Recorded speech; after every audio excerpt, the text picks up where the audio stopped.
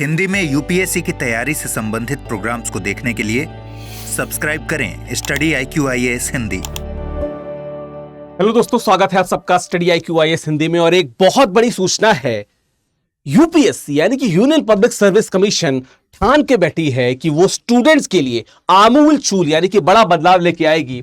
और देखिए, पीआईबी पे ये न्यूज आई और बदलाव जो थोड़ी देर पहले मैंने पोर्टल खोला हुआ तो उसमें बदलाव आ गया। इसके पहले कि हम पोर्टल पे जाएं, मैं आपको बता दूं कि बात क्या है। संघ लोक सेवा आयोग ने पंजीकरण और ऑनलाइन आवेदन पत्र भरने के लिए एक नया ऑनलाइन आवेदन पोर्टल शुरू किया है। ठीक है, यूपीएससी क्या कर रहा है, ऑनलाइन आवेदन पोर्टल में 4 भाग हैं, जिनमें होम पेज पे 4 अलग अलग कार्ड में व्यवस्थित किया गया। आप यहां पे देख सकते हैं 1, 2, 3 और 4। ठीक है, क्या है, जिसमें से 3 यानी कि अकाउंट क्रिएशन, यूनिवर्सल रजिस्ट्रेशन और कॉमन एप्लीकेशन फॉर्म में ऐसी जानकारी है जो सबके लिए समान है, जो कॉमन है। हर फॉर्म में आप वही चीज भरते हो।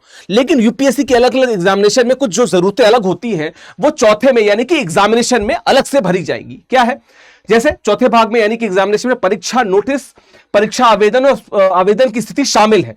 उम्मीदवारों द्वारा किसी भी परीक्षा में अधिसूचना में दी गई समय अवधि के दौरान केवल परीक्षा से संबंधित जानकारी ही इसमें भरनी है। इसका मतलब ये 3 आप भर के तैयार रहेंगे। चौथे में लास्ट में कोई नया एग्जाम आया, नया नोटिस आया, सीडीएस आया, एनडीए आया या यूपीएससी का परीक्षा, यूपीएससी की भी तमाम परीक्षाएं, वो एकदम लास्ट में। बाकी 3 कॉमन रहेगा, सिर्फ इसमें क्लिक करना होगा और बाकी चीजें फाइनल।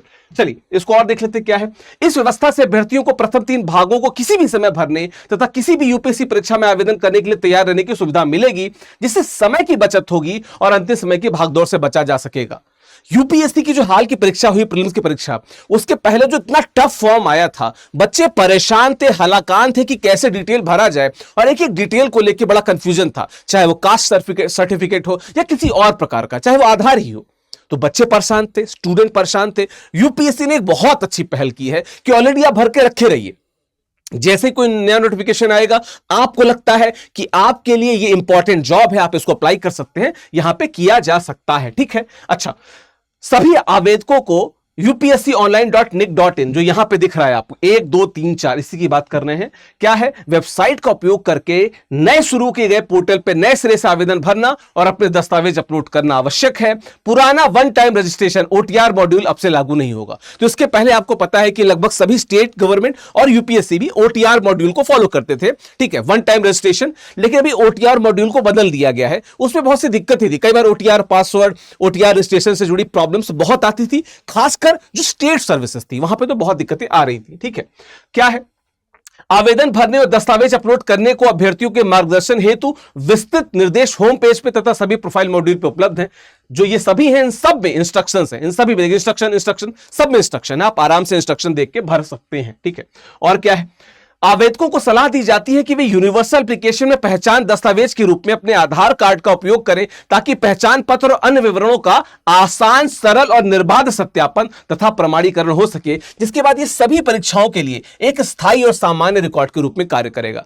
तो क्या होगा, पहले से अपडेटेड रहेगा। मान लीजिए कल को आपको अपना कास्ट सर्टिफिकेट, जो आय सर्टिफिकेट, ये सब चेंज करना है, या मान लीजिए आधार में कोई अपडेशन है, तो आप सीधे ही एग्जाम से पहले ही, आपको पता है एग्जाम होने वाला है, फॉर्म कभी भी आ सकता है, पहले ही आपने अपडेट करा दिया, तो लास्ट टाइम पे सिर्फ फाइनल एग्जाम से जुड़ी डिटेल्स, ऑप्शनल क्या है, माध्यम क्या है, बस ये भरना है, सेंटर कहां रखना है, बस ये भरना है, बाकी सब पहले से भरा रहेगा। तो हैसल फ्री जिसे कहते हैं, हैसल फ्री चीजें रहेंगी। ठीक है, नया आवेदन पोर्टल 28 मई यानी कि आज से लॉन्च किया जा रहा है। सीडीएस परीक्षा 2 2025 और एनडीए की NA 2025 के लिए आवेदन 28 मई को अधिसूचित किए जाने वाले हैं। इन्हें नए ऑनलाइन आवेदन पोर्टल के माध्यम से स्वीकार किया जाएगा। यहां पे आप देख सकते हैं, व्यू एग्जामिनेशन नोटिस में जाएंगे तो यहां पे देख लिए एनडीए की और जो सीडीएस की यानी कि नेशनल डिफेंस एकेडमी और कंबाइंड डिफेंस सर्विसेज की एग्जामिनेशन की जो प्रक्रिया है उसको यहां पे अधिसूचित कर दिया गया है। बाद में यूपीएससी, मतलब अगले वर्ष जब यूपीएससी जनवरी फरवरी में जब आता है तो वहां पे यूपीएससी भी यहां पे यानी कि चौथा जो पार्ट है यहां पे अधिसूचित रहेगा। तो ये एक बड़ा आमूलचूल बदलाव है। निश्चित तौर पे यूनियन पब्लिक सर्विस कमीशन को जो लोग फॉलो करते हैं उनके लिए, हम जैसे लोगों के लिए ये एक बड़ा बदलाव है और सकारात्मक कदम है, इसकी तारीफ होनी चाहिए। निश्चित तौर पर यूपीएससी में कोई एक ऐसा व्यक्ति बैठा है जिसने इस दौरान हुई सभी लानते मलानतों को सुनने के बाद एक अच्छा डिसीजन लिया। कम से कम यूपीएससी का यहां तक आना उन बच्चों के लिए बड़ा हितकर रहेगा जो दूरस्थ जगहों पर रहते हैं, कभी इंटरनेट की समस्या के कारण इस प्रकार की जो फॉर्म होते हैं उसको सही से फिलअप नहीं कर पाते या लास्ट में परेशान होते हैं, हलाकान होते हैं। भाई जब भी नेट तुम्हारा सही रहेगा बाकी डिटेल भर के रेडी रहना, बस लास्ट वाला एग्जामिनेशन वाला जो डिटेल है इसको लास्ट में आप भरना और फिर हैसल फ्री तरीके से एग्जामिनेशन का फॉर्म भरो, एग्जामिनेशन दो, सफल हो जाओ।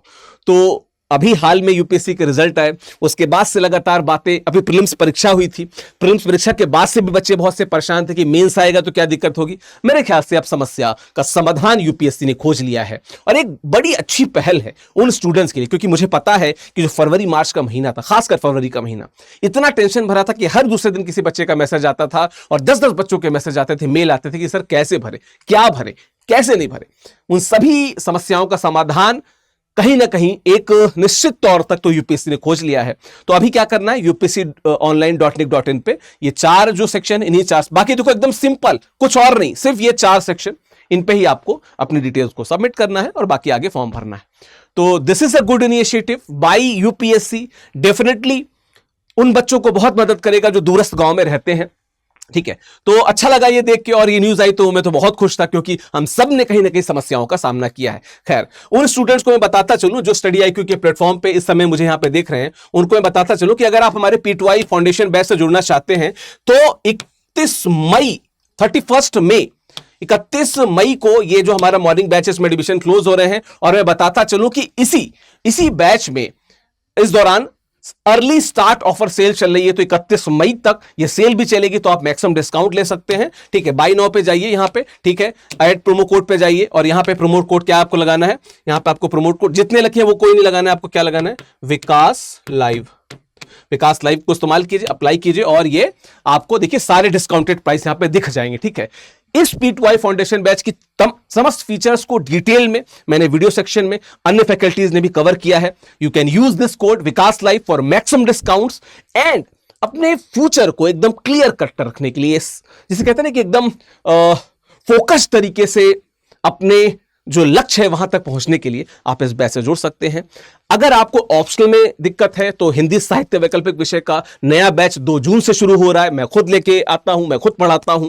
उसकी भी डिटेल्ड जो क्या कहते हैं डिटेल्स हैं वो आपको स्टडी आईक्यू की वेबसाइट पे मिल जाएंगी। ठीक है, तो स्टडी आईक्यू की वेबसाइट पे जाके आप हिंदी साहित्य वैकल्पिक विषय से जुड़ सकते हैं, विकास लाइव कोड का प्रयोग कर सकते हैं मैक्सिमम डिस्काउंट के लिए। तो आशा करता हूं ये वीडियो यूपीएससी की नई पहल आपको अच्छी लगी होगी। आप मुझे कमेंट में बताइएगा कि आपका इस पहल को लेकर क्या कहना है। Thank you so very much, धन्यवाद। हिंदी में यूपीएससी की तैयारी से संबंधित प्रोग्राम्स को देखने के लिए सब्सक्राइब करें स्टडी IQIAS हिंदी।